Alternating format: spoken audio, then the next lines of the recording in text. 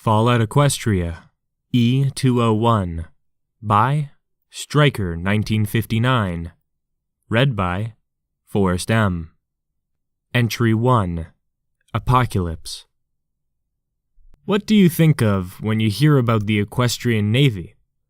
Most would assume ships made of iron and steel with massive cannons, and I'd say most people aren't too far off. But a proper navy is varied in actual equipment.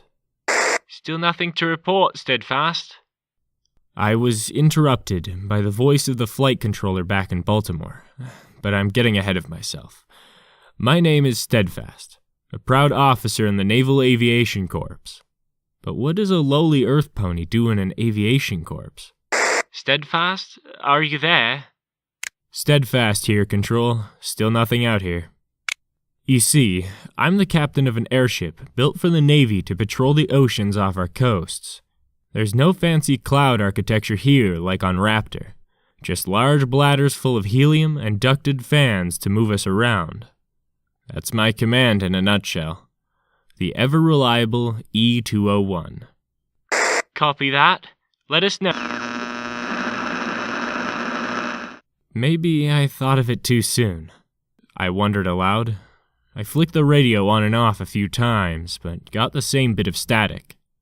Captain!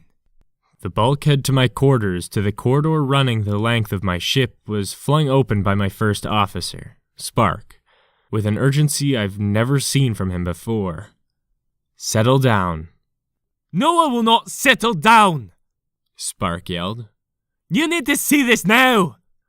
Spark was never the one to be demanding, and if he didn't look genuinely scared, I'd readily knock him down a rank.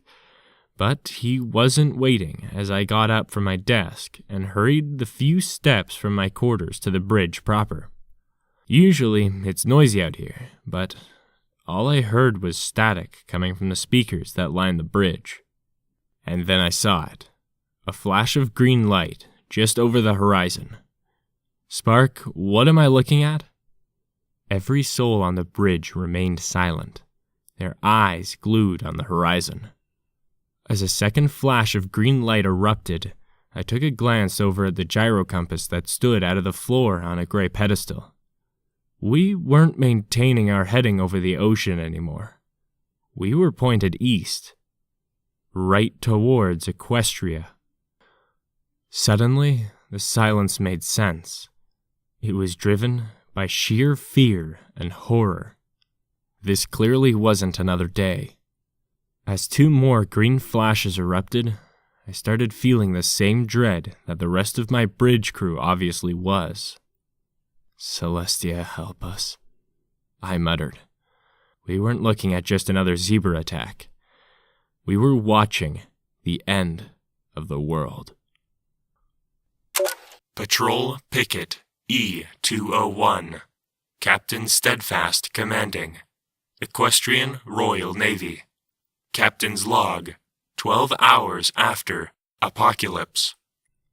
It's been 12 hours since the event that I'm terming as the apocalypse. 13 hours ago, we received an encoded message bearing two words. Broken Arrow. The code phrase for all is lost. We still don't know who sent the message or the origin of it, as there was nothing in the communique to indicate an origin. Less than an hour later, the bridge crew alerted me to a flash of light they witnessed in the direction of the continent. By the time I got to the bridge, I could see why they were concerned. While we couldn't see our great nation of Equestria hiding just over the horizon, we could see the light green and white flashes of light in the clouds forming miles away over the land. After 2 hours of waiting and attempting to make contact with the control station in Baltimore, the first alarm went off. Our equipment confirmed the reality that none of us wanted to believe. The Zebras had deployed balefire weapons against equestrian targets. After a frantic move to ensure the airship's NBC systems were activated, we did the only thing that we felt we could, given the circumstances, and headed for home. The only problem was that there wasn't anything left of home to go back to. Our first view of Baltimore was the flaming Navy Yard. The ships that were at anchor were either blown apart or had sunk beneath the waves of the harbor.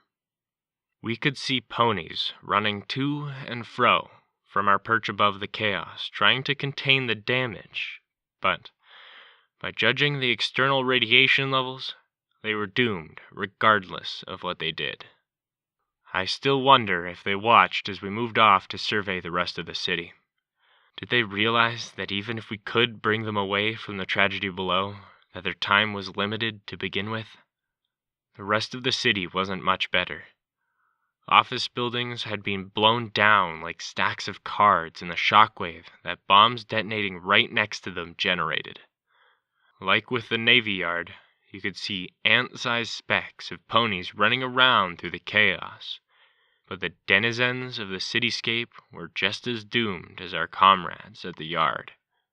Did they see us hovering above the city and wonder why we weren't helping too? How many ponies below us died in excruciating pain with their last sight being a Navy ship hovering above the destruction? Did they blame us for their lack of salvation? As I gave the order to head farther inland, I kept thinking that. Members of my 50-strong crew insisted that we needed to help the ponies in the chaos below, but my decision was final. We needed to leave them to their fates and attempt to find those who weren't beyond saving. I can still see the glares of disapproval from my helmsman and my first officer. If the circumstances were different, I think they would have removed me from command. But even they could recognize the severity of our present situation. But for now, I'm considering us to be the only active military unit in Equestria. As such, we're going to perform damage assessments and try to make contact with any other friendly assets. With luck, we'll find more than just us out there.